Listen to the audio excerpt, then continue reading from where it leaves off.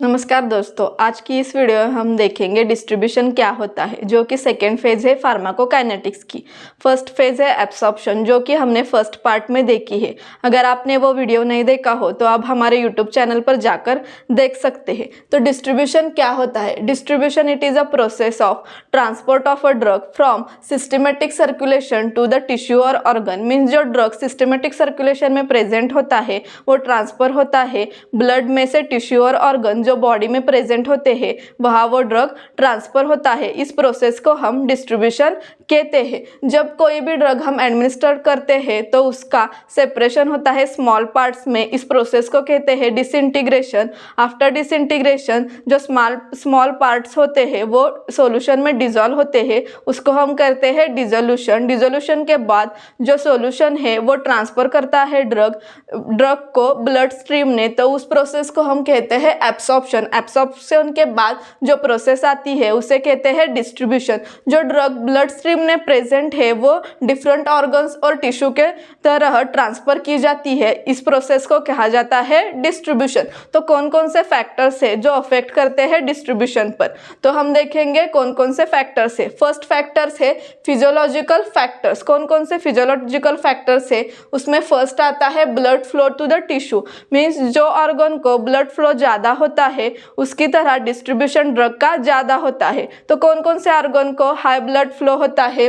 जो liver, kidney, brain organ है उसको ब्लड फ्लो ज़्यादा होता है, उसकी वजह से जो ड्रग का डिस्ट्रीब्यूशन होता है उन ऑर्गन को ज़्यादा होता है। और लो ब्लड फ्लो होता है एडिपोज टिश्यू, स्केलेटल मसल, उसको ब्लड फ्लो कम होने की वजह से डिस्ट्रीब्यूशन भी कम होता है। नेक्स्ट फैक्टर है capillary permeability. Capillary means the small part of the blood और उसे कहा जाता है वेसिकल्स। तो परमेबिलिटी का मीनिंग होता है ability to escape from the cell wall of the capillary, उसे कहा जाता है परमेबिलिटी। जो कैपिलरी परमेबिलिटी है वो डिपेंड होती है structure of capillary and the chemical structure of the drug. जो कैपिलरी है वो उनके बीच में जब गैप प्रेजेंट हो, मीन्स वो जंक्शन स्लिट हो, तो यहाँ की गैप में से जो ड्रग है वो ट्रांसफर हो सकता है। उसकी वजह से यहाँ जो डिस्ट्रीब्यूशन है वो ज़्यादा हो जाता है। स्लिट जंक्शन लीवर में प्रेजेंट होता है और ब्रेन में जो जंक्शन है वो टाइट है, मीन्स इसके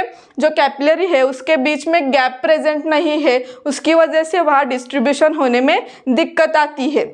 नेक्स्ट फैक्टर है प्लाज्मा प्रोटीन बाइंडिंग। तो प्लाज्मा प्रोटीन बाइंडिंग में प्लाज्मा में डिफरेंट प्रोटीन्स प्रेजेंट होते हैं। कौन कौन से प्रोटीन्स होते हैं? Fibrinogen, glycoproteins and lipoproteins are present in the plasma. जो प्रोटीन प्रेजेंट होते हैं प्लाज्मा में उससे जो ड्रग होता है वो बाइंड होता है। बाइंडिंग की वजह से जो साइज होती है ड्रग की वो ज़्यादा हो जाती है। साइज ज़्यादा होने से वो डिस्ट्रीब्यूट नहीं हो सकता और जो कैपिलरी है उससे बाहर नहीं आ सकता। जो ड्रग बाइंड नहीं हुए है उससे फ्री ड्रग कहा जाता है। उसकी साइज होती है वो कम होती है, साइज कम होने की वजह से वो कैपिलरी से परमिएट हो सकता है, वो डिस्ट्रीब्यूट हो सकता है। कौन कौन से ड्रग हाईली बाइंड होते हैं प्रोटीन से? For example warfarin, ibuprofen, diazepam and phenytoins are highly protein binding drugs. जो एसिडिक ड्रग है वो बाइंड होते हैं एल्ब्यूमिन से और जो बेसिक ड्रग्स है वो अल्फा 1 एसिड ग्लाइकोप्रोटीन से ज़्यादा बाइंड हो जाते हैं। नेक्स्ट फैक्टर है ड्रग प्रॉपर्टी। कौन सी ड्रग प्रॉपर्टी अफेक्ट करती है डिस्ट्रीब्यूशन पे?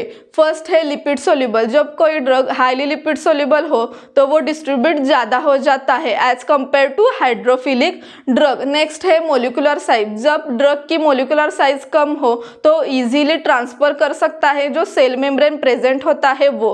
तो जब स्मॉल साइज हो तो डिस्ट्रीब्यूशन भी ज़्यादा होता है। नेक्स्ट फैक्टर है ड्रग रीडिस्ट्रीब्यूशन। ड्रग रीडिस्ट्रीब्यूशन में क्या होता है? जो ड्रग डिस्ट्रीब्यूट हुआ है वो अगेन रीडिस्ट्रीब्यूट हो जाता है। कहाँ से कहाँ रीडिस्ट्रीब्यूशन होता है? जहाँ हाई ब्लड फ्लो हो, means liver, kidney and brain की जहाँ हाई ब्लड फ्लो हो उसकी तरह से जहाँ ब्लड का फ्लो कम है उस ऑर्गन को ड्रग होता है जो रीडिस्ट्रीब्यूट की जाता है।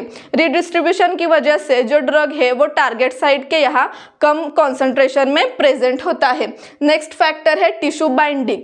Due to the affinity of the drug towards the some component, जो ड्रग है वो टिश्यू में एक्यूमुलेट हो जाता है, उसे कहा जाता है टिश्यू बाइंडिंग। तो कौन कौन से ड्रग एक्यूमुलेट होते हैं? फॉर एग्जांपल एडिपोज टिश्यू में जो बेंजोडाइजेपाइन है वो ड्रग क्या होता है? एक्यूमुलेट होता है।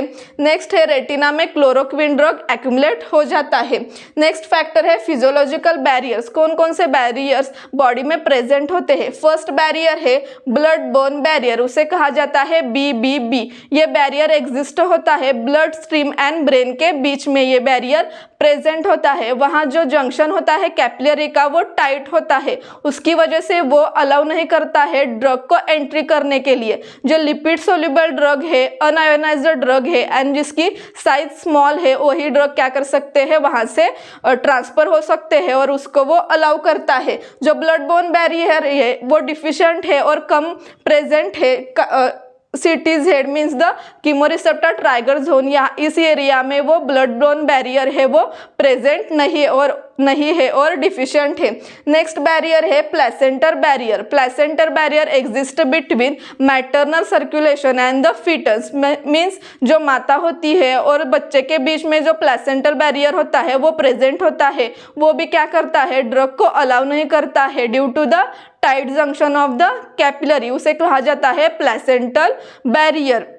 नेक्स्ट हम देखेंगे डेफिनेशन और formula of the apparent volume distribution. तो एपरेंट वॉल्यूम डिस्ट्रीब्यूशन का फॉर्मूला है amount of the drug in body divide by plasma concentration. जब ड्रग लिपोफिलिक हो तो उसका वॉल्यूम ऑफ डिस्ट्रीब्यूशन ज़्यादा होता है और ड्रग जब हाइड्रोफिलिक हो तो उसका वॉल्यूम ऑफ डिस्ट्रीब्यूशन कम हो जाता है। If you found this video helpful, please do like and share this video and subscribe our YouTube channel. Thanks for watching.